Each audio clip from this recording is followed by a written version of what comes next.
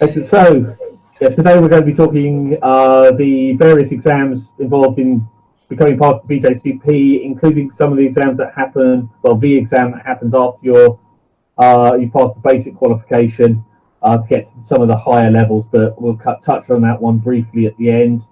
There are basically three exams we're going to cover.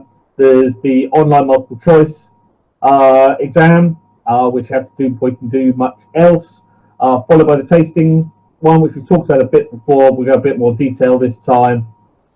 And finally, there is a written exam that you have to do to get beyond national level, so national above, which I'll touch on briefly at the end, but it'll be something you do in the future. So, while we're doing this, we're drinking strong beers, which is going to make it an interesting session. So, for the first one, this is not a classic example of the style. We have Ridgeway Brewing's Russian Imperial Stout. So I suggest we all get that into a glass, and while we have a think about it and a taste, I'll read out a few bits from its description. Well, the description of Imperial Stout, which I'm sure most of you have in front of you. So for overall impression, we're looking at intensely flavoured, big, dark ale with a wide range of flavour balances and regional interpretations. Strong roast burnt malt with a deep, dark or dried fruit flavour with a warming, bittersweet finish. Despite the intense flavours, the components need to meld together to create a complex, harmonious beer, not a hot mess. Starting with Imperial Stouts has been interesting with some of these competitions because we've had a few beer fountains that have been Imperial Stouts, and when you've been had a shower in Imperial Stout, it's not very good for your clothes. So we give this one a go on the aroma and appearance. So if we have a look at this, one thing you'll find with strong beers is often you get less of a head than you do on a more conventional strength beer. And obviously being a stout, it's fairly opaque.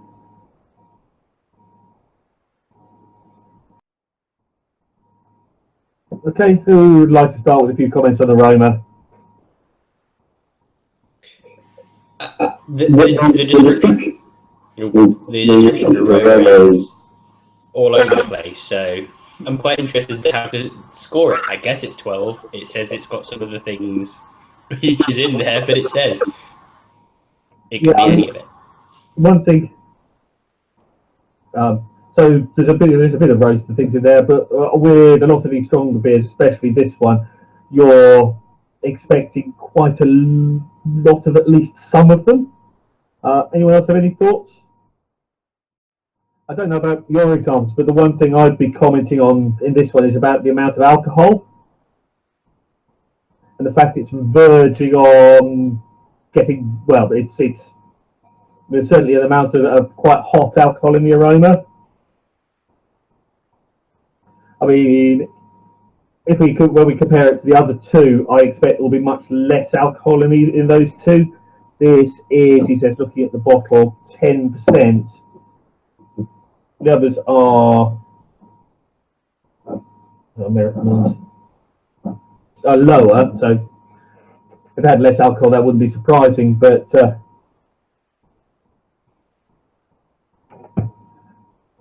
I've had stronger beers, and this is much less alcohol in it. I'd also be looking at, I mean, there's definitely chocolates in there. At a sort of moderate level, you could probably get quite a lot more. I mean, once again, we're in a category that is quite open. It does seem like you've got it's probably the booze and the combination of a little bit of the sweetness going on, but it just have like a brandy whiskey-ishness going on to it, and wine as well. Yeah, bitters qualities come into some of these as they age. I mean, we're talking probably with age, it's usually more sherry than wine. I don't believe this has been in a barrel of any kind. Sherry makes sense. That sounds right. Yeah. Wine ones can come just from age, but yeah, sherry is the usual one you get. Will get just something that's got a little oxidized. it's one of those ones that you usually call a positive oxidation note, where cardboard can be horrible. Yeah, I think if I was judging that, I'd be mostly talking about the level of alcohol, and the fact you could push all the flavours mentioned in, or at least some of the flavours mentioned in the description, up to a chunk of a higher level. They're there, but they're at quite a low to moderate level. Okay, so appearance-wise, yeah, you mentioned, I don't know what's yours look like, because mine's got a thin band of head remaining, never really had much. As I said, with strong beers, that's less of a matter. I mean, I probably wouldn't be marking the beer down for it in this sort of category. So well, let's drink some of it and move on to the flavour. So what we're looking here for is rich, deep, complex, and frequently quite intense, with variable amounts of roasted malted grains, malty, fruity esters, hop bitterness and flavour, and alcohol.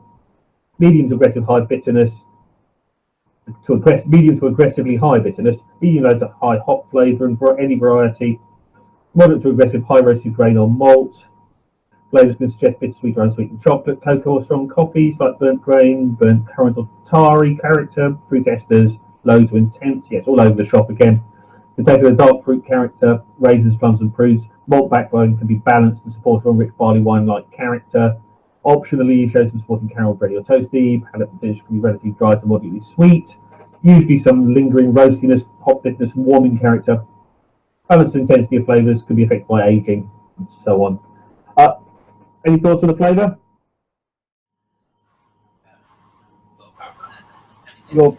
Your volume's very low. Yeah, your mic or something. Yeah, I think it's picking up some other stuff. I was saying the alcohol's pretty sharp again, pretty hot again, but then the sort of dark fruit flavours got through, so maybe some of the dark fruit got dry flavours, sweetness. Yeah, I think there's a lot of the characters described here in the flavour. I mean, I'm marking this significantly higher on the flavour than I would do on the aroma. I'll probably be talking about the chocolate thing, definitely. As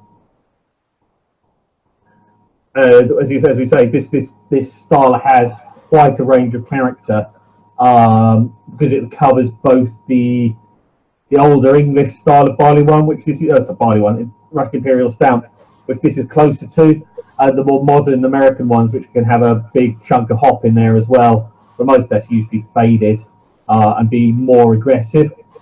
I think the big thing here we're looking for, there's quite a lot of flavour in there that will be on the roasty end of your malts.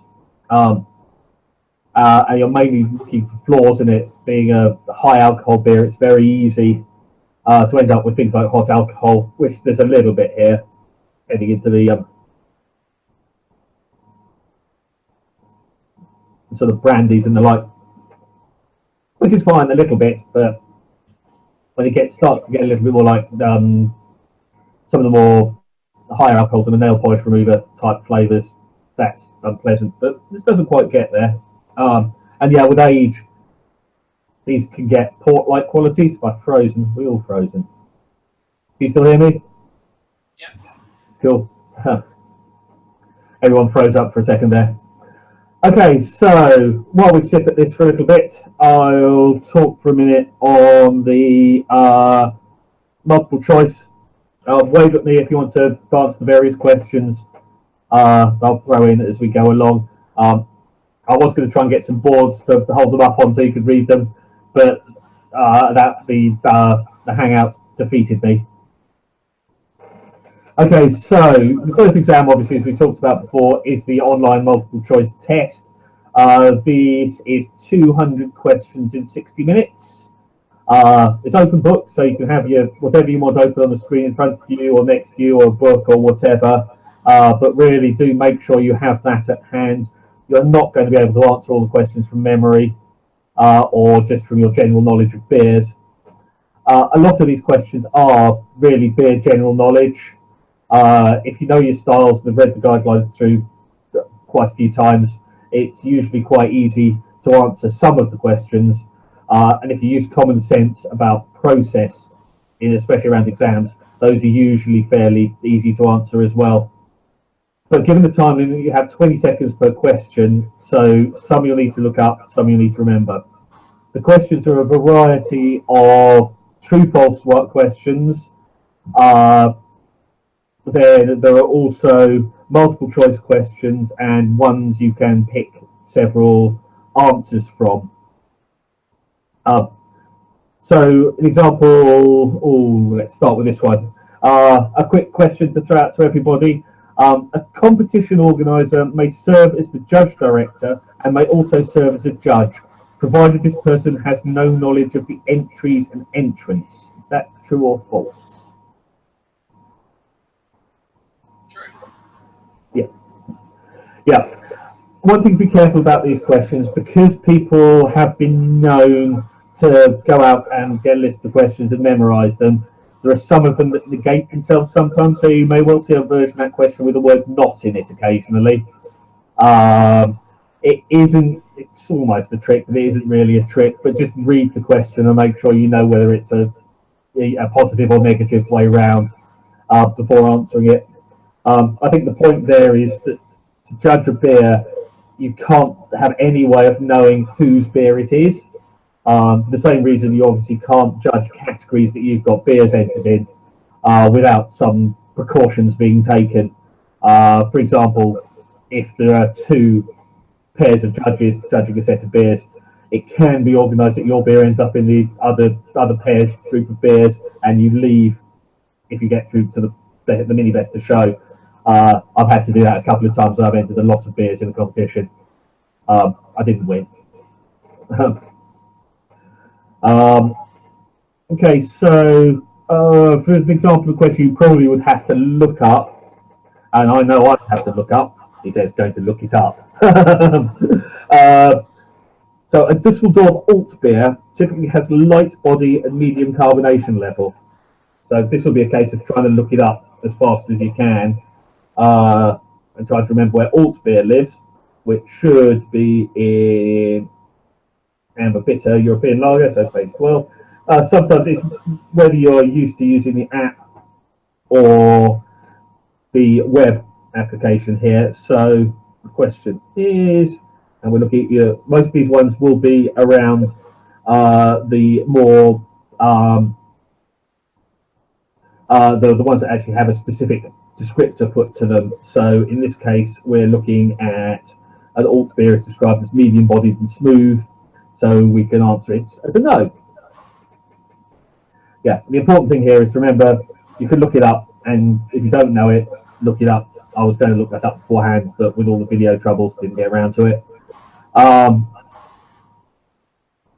So the other set of questions that are in there are going to be multiple choice ones. These you're aiming to get, there's one answer is right, but the rest aren't, pretty obviously. Most of these are usually work outable for a knowledge of beer styles. These are usually the ones around ingredients and the like, but they can be all over the shop. Once again, with these, I'd expect with all these questions, the best thing to do as you get closer to it is to do the practice exams, which are a couple online. I'll put some links to on the group later. The two ones I've looked at online, one is much closer to the actual test than the other. The other is much harder. It seems to have picked out the actual hardest questions they put on the exam, because I could only get a third right and I passed the exam first time. Go on. After this, do you mind? Okay. Sorry, I lost that. After this is done, can you post links to those if you find them? Yeah, I'll put the link to them in the discussion board. Nice one. Cool. So as an example of a multiple choice one, the non-wheat grains used in a wit beer usually are, and this is going to be A, B, C, and so on. A, Pilsner and or Vienna.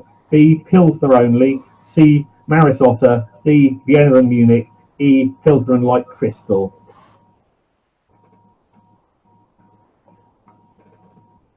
When you have some thoughts, give it a shout.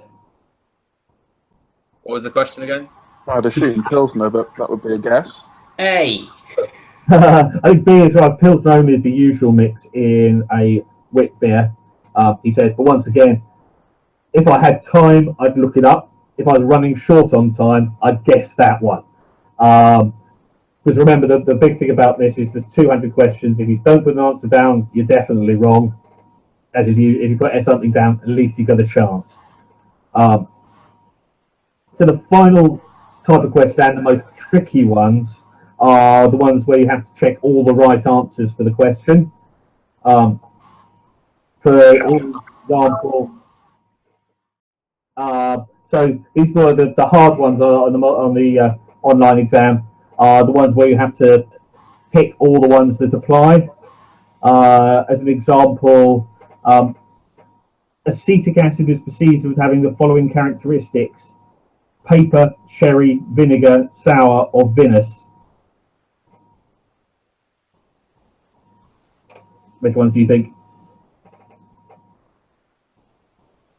Vinegar and in the main. Yeah, I'd probably go with vinegar and sour. The rest all come from other things. Paper and sherry are oxidation flavors. Vinous is usually just ingredient based. So there are a little bit of acetic in something that tastes winey is possible, but I don't think that's in the list at this point. Yeah, so that's just a few of the examples there. One thing you can do with this exam is you can take it up to either a year or 2 years. I haven't written it down in advance of doing the actual exam. So in this case, you can do it whenever you want. You have a choice. There is a cost to doing it that covers. It's run by a company outside the BJCP that manages all the servers and stuff. So there's a cost to cover that. But you have a choice of buying one go at it, or I believe it's 3. You can do as many times as you like. It really, once you've got a good handle on the style guidelines and the off flavors, and use basic common sense on how the process works, or at least I've read through the judging guidelines a couple of times, it really isn't that hard an exam. So don't worry about it too much. Do it well in advance of when we actually do the tasting exam. But it needn't be until early next year, say. Okay, so before we move on to the next exam, I think it's time for the next beer. Now, our next is the appropriately named Arrogant Bastard Ale, which has a really good logo.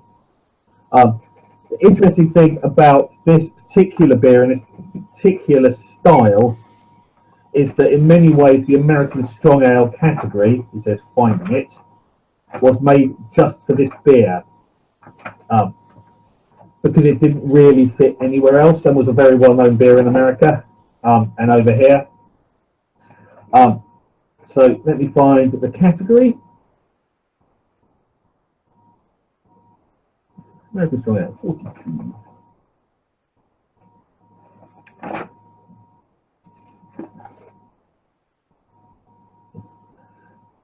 So let's get some of this poured.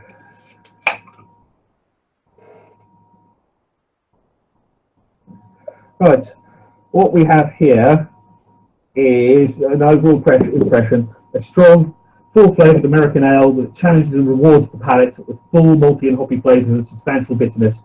Flavours are bold and complementary, are stronger and richer than your average strength pale and amber American ales. So we're talking medium to high hops, often persisting in citrusy or resiny notes with the characteristics associated with American New World varieties, fruit, etc. Moderate to bold maltiness supports the hop profile, with medium dark caramel as common presence. A bready or toasty possible, that's not very good English, and the background notes of night roast and chocolate notes in some examples. Generally, it's clean to moderate fruity ester profile. Moderate alcohol may be noticeable, should not be hot, hard, or solvency. One thing worth thinking about this beer is the differences between it and, say, a classic American double IPA. The primary difference here is that the malt levels are much higher.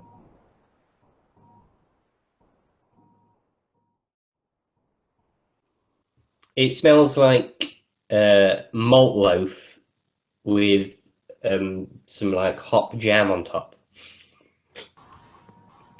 Particularly kind of a piney resinous hops as well. Yeah, this is an older American hopping in these, so yeah, the piney resinous descriptor is good. I wouldn't read the description on the back of the beer out loud. Any other thoughts on the aroma? Bit of booziness to it, but it's it's all the malt to me. It's like the malt. If a sort of traditional American IPA is all about hops turned up to 11, yes, this has some of that balanced with the hops, but it's malt forward. It's about the not caramel malts, but the brown malts almost. It's very as well. That's what I get. Yeah, I'll be talking in the bready sort of region, somewhere around there, maybe toasty. Yeah, a bit of caramel aroma in there. Doesn't get off into the chocolate, really. I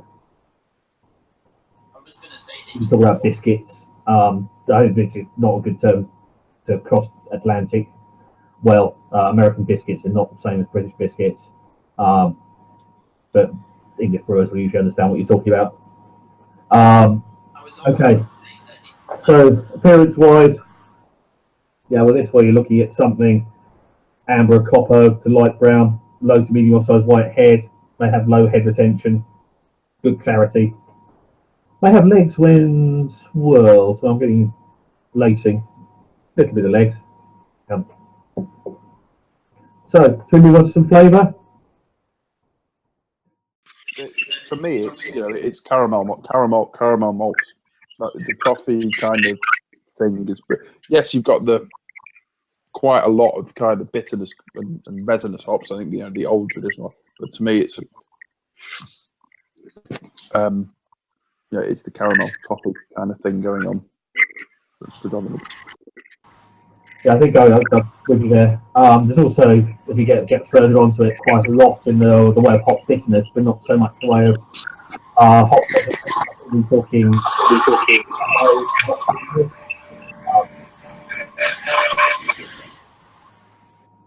And possibly, what we say? Yeah, we get definitely the caramel, possibly off into toffee. When we get on to talking more about the next one, we'll be talking a little bit more about language to use and how to use it. So we're trying to put in descriptors and the level of them. I'm getting a little bit of maybe Marmite-y thing in the aroma and flavour, but that may just be my can. Actually, I've got an interesting question about that one based on the bottle shop. Have people got the Stone Berlin one or the Stone one? Because I think some of the Berlin ones don't taste like the original. It does make a difference, doesn't it? Because I think some of the Stone Berlin stuff doesn't. Hey, some of the good beers. I've had some really bad cans from the new stuff. If it's in a can, doesn't that mean it's from Berlin? Isn't it cans Berlin? It does say one says Stone Berlin on it, I think. Yeah, I don't know where it is on the can. I'd have to have a look at it. Yeah, most of their the hoppier ones from Berlin have been all right. I haven't had one of these in a while, so I don't know where this one's from. Okay, so yeah, I mean, the one thing about this style is, even though it was originally really created just for this beer, it's another quite wide style. So the hoppiness can be up and down a bit, and the bitterness is usually at least over 50 to 100, so fairly high. And the ABV range is quite big. There's more beers in this category than there used to be. So we have, but they're mostly from the other side of the Atlantic. This being the only one you can really commonly get. Sometimes you get the. Okay, so getting on to the exam, we're looking at doing in beginning of next year, middle of next year, our tasting exam. So I've talked about a fair bit about this as we've run through the previous sessions, but I'll just go over the basics again, and then get into a bit more detail about how it's going to be marked after you've finished it. So you're going to be judging 6 beers on exam score sheets. These exam score sheets aren't these ones. They don't have the check boxes on them. You just have an area with lines on it to write in, and some of the down to the technical merit boxes. One of the important things to do in this exam to do is to write as much as possible. I'll come into this more detail, but usually white space is bad. Just write stuff down. Keep trying to describe the beer as best you can. Of the 6 beers you're going to be judging, at least one will have off flavour added. Sometimes I've known for a couple to have be badly treated. In a recent London exam, they left some bottles of Green King out in bright sunshine for a couple of days. I don't know whether that made them any worse or could possibly make them any worse, but that was one of the beers. And another one had an off flavour added to it. I can't remember which one off the top of my head. In the one I did, we had a strong English ale, an ESB, with lactic acid added to it, which actually made it better because it wasn't a great ESB to start with. I didn't pick that out. And it doesn't. The important thing is that you match up with the proctors, who are the people who've already qualified, who are also judging the beers, not that you pick it out exactly. Anyway, going on. One of the beers will be significantly out of style, so there will be a beer described as, taking a recent London case, where the beer was described as an American light lager, but was actually a Pilsner. Pretty easy one to pick that out. It tastes of something. In the one I did, it was described as a Helles, but was actually a Kolsch. A little bit trickier, but the hop level should pull that one out for you. There's a very big difference in a Helles is a malt-centric beer, whereas a Kolsch is a hop-centric beer. And one will be a classic example. Most of the ones we're tasting through this are classic examples, but at least that gives you a good beer. I believe in the London case it was Dougal. So, once you've done all the scores, the proctors have done theirs, they all marked their beers, they're all collected in, then they're sent off to be marked. This is quite a slow process. They're attempting to get it done in about 14 weeks at the moment, but regularly don't. Mostly because there just aren't enough people available to mark it. So afterwards, be patient, it's going to take some time. How the scores work. For each beer, you have a series of scores. The first one is perception, which is marked out of 20. No, sorry, I'm missing. Marking accuracy is first. Marking accuracy is marked between 20 and 9 for each beer.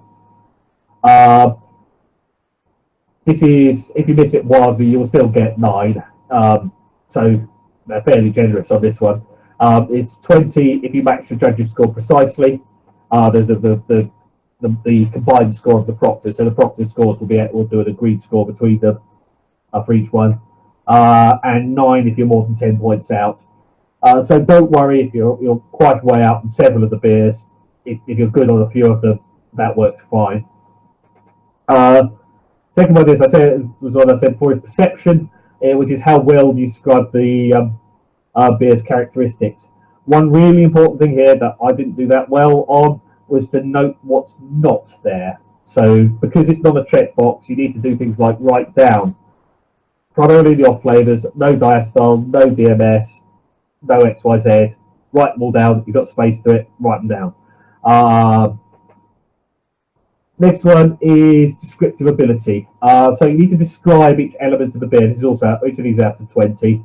The important thing here is to describe the intensity as well as the flavour you're getting. So something like medium hop intensity with herbal and floral notes is good, something like that. And don't use vague words. Don't use nice, good, decent, things like that don't actually mean anything. Say high, low, medium, moderate, that kind of thing, that actually describes the amount in there. It's much more useful to understand that you're going against what the level should be.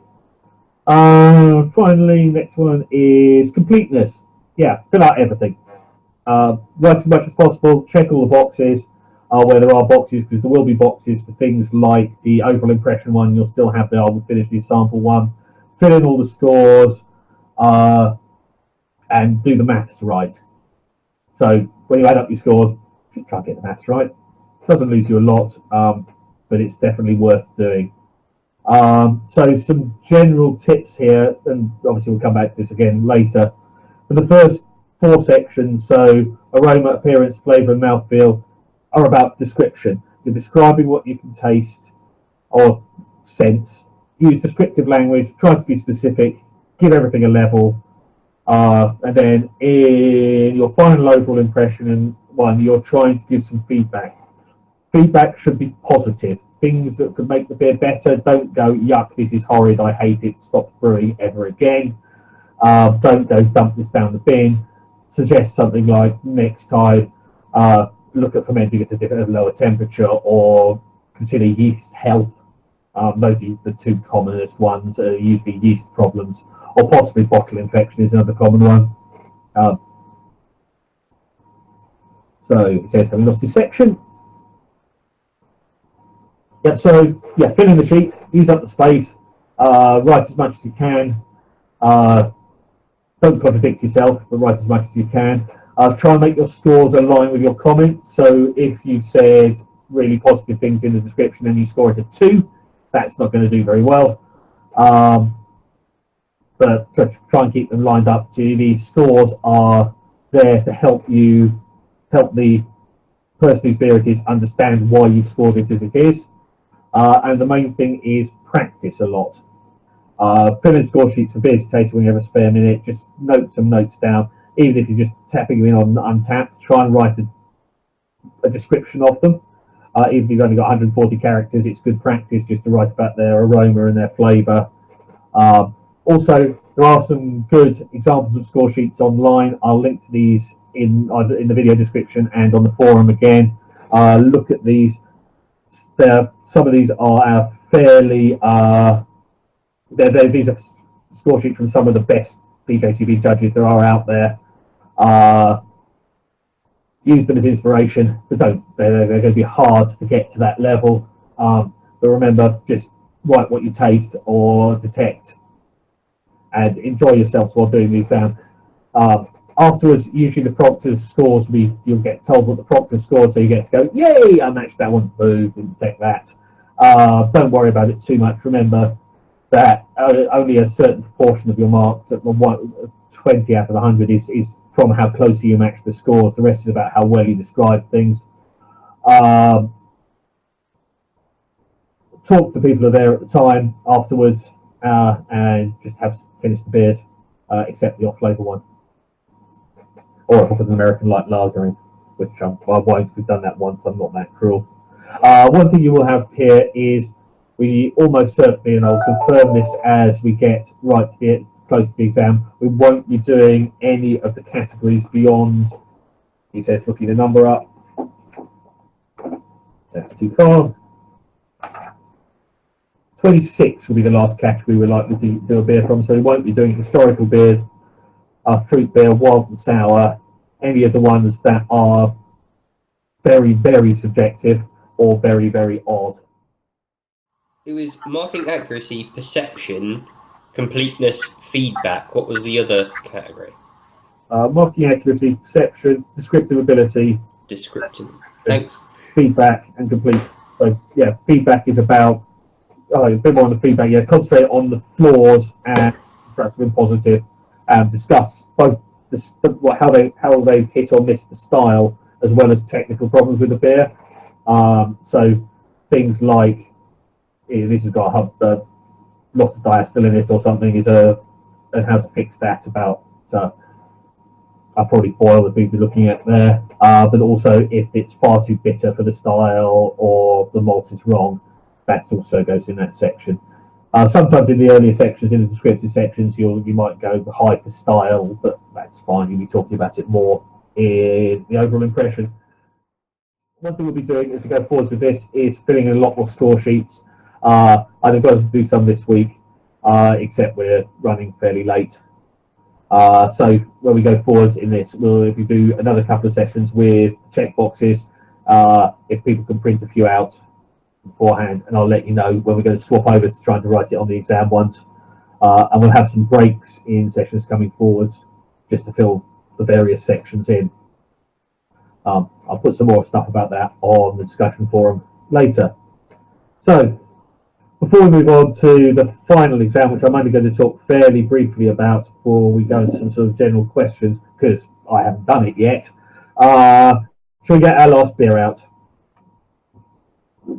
So now we're on to American barley wine, which handily is next to American strong ale in the categories. So we're looking here at a well-hopped American interpretation of the richest and strongest of British styles. The hop character should be evident throughout. It does not have to be unbalanced. Alcohol strength, hop thickness often combines to leave a very long finish.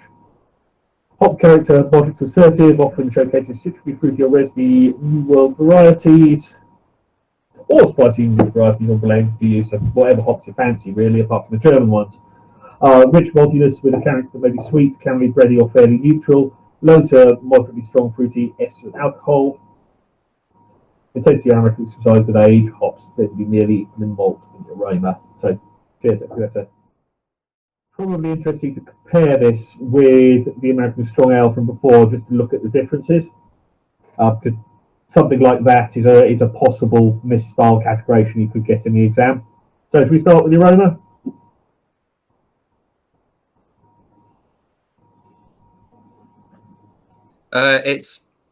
It's pretty boozy, but like quite floral as well.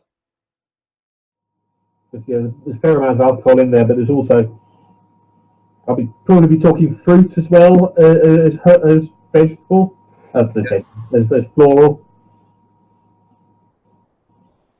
Probably going into some of the plums, maybe that sort of region, or maybe some of the dried fruit as well. Some graininess as well. There's probably a bit of. Probably go for something like, I mean, if you're being English, you can go sort of toasted tea cake or something. There is a Cointreau marmalade on the market, and I'm thinking that. Yeah, orange is a good call. I like that. Yeah, I could go with sort of orange liqueur-y thing.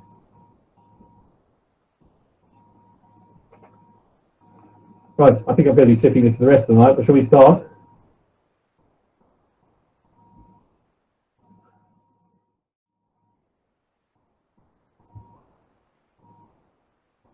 So once again, we can use the various techniques we talked about last time of sipping it, breathing air over it, breathing back out once you've swallowed it. It's a bit like the Arrogant Bastard, except just smoother and rounder, and it's much easier to drink. That's a good description of the difference. The hop aggressiveness is much lower. We're talking the IBUs can be pretty similar. In fact, I think their range is identical. Yes, it is. But they're presenting much less aggressively. With a young example of barley wine, the hops can, especially an American one, the hops can be more aggressive than that. I don't know, yours may be younger or older. We're looking here at a different, once again, we're looking at a different aroma and flavour profile with the American strong being more caramelly and less fruity and more hop focused, though this can have a moderate to assertive, often showcases hop character, he says, having read it again. But also basically we're concentrating more on the fruity, more potentially aged flavours here. Once again, these two are probably good to taste side by side and compare the two. There is a tool that I will also link to that's quite good to use while looking at the styles, which is effectively a style comparison tool. I think it's still up and live. It will put your two styles next to each other with the sections and the things next to each other, so you can just compare them exactly like with like, rather than flicking to and fro in the book. I'll put a link to that below and in the forum. Any other thoughts on flavour? There's a boozy fruitcake, like a Christmas fruitcake, very heavy and intense and fruity. Yeah, I could definitely go with fruitcake. This is a beer you want to be sipping around the fireside. Sorry, I picked a summer evening for it. Yeah, so in this case, my particular example is for an American barley wine, relatively low on hop.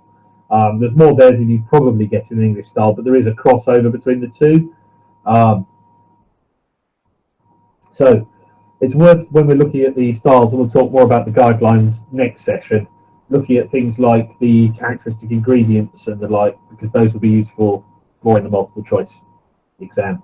But you can also, in your comments, mention ingredients. It's one thing you won't know when you're judging your beers is what the brewer has actually put in them. So if you do start talking about ingredients, you need to be aware you may well be completely wrong. Like if you say, don't put any Ralph malt in this beer, it tastes smoky, he may have not put any in and it's just come from something else. I mean, yeast can give you smoky flavours, fairly rarely. So if you make a call on a guess on what ingredients are in there, you're taking a risk that you're getting it wrong. It's usually better just to concentrate on the flavours and maybe hint more of X or the like, maybe a touch more of something, rather than, unless it's very obvious, like crystal, if it's got fat loads of crystal in it. But you still can be wrong. When you actually, so with the exam, once you've got all your scores in and they're all handed out, you get scores back later. So if you get the score you get on the exam, correlates to what level you can end up with as your beer judging qualification. If you get over 60, you can get the recognised level.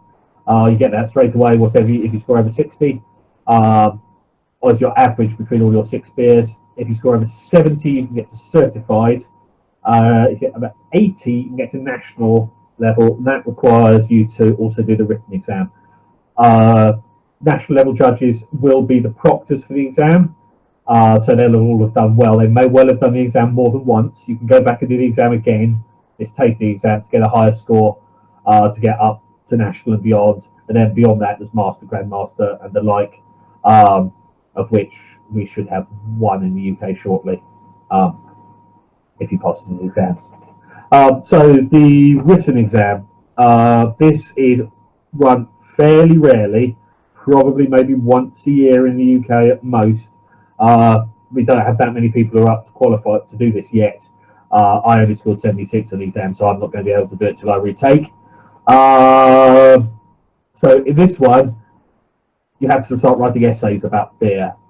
Originally, when the BJCP exams were different, we didn't have the 3 phases. You just did a combined tasting and written essay exam, and it was all at once, and it was a big palaver and a lot of hard work to get through it. This is why they're now split. You have the 3 stages, this one being required just for the higher levels.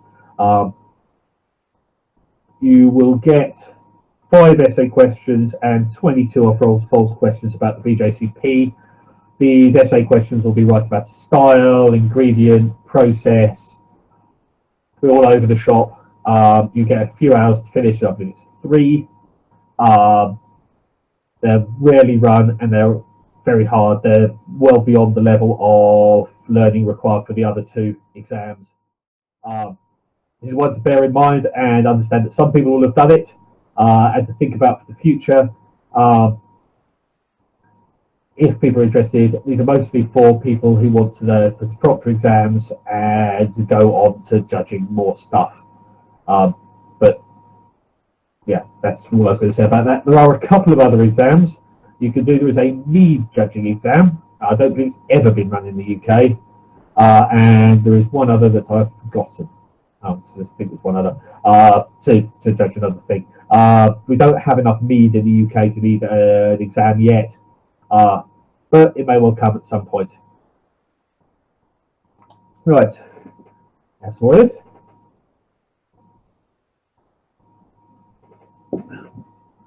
Right, so as we keep going through the rest of these sessions, we'll keep talking about bits of the exam, practicing various parts of it. I may well grab a few more multiple choice questions and see if I can make slides work so I can put them up and you can try and answer them. There is a Google Hangouts way of doing multiple choice questions that I have not managed to make work. But that is the end of the session on exams and strong beer. Enjoy the rest of the beer.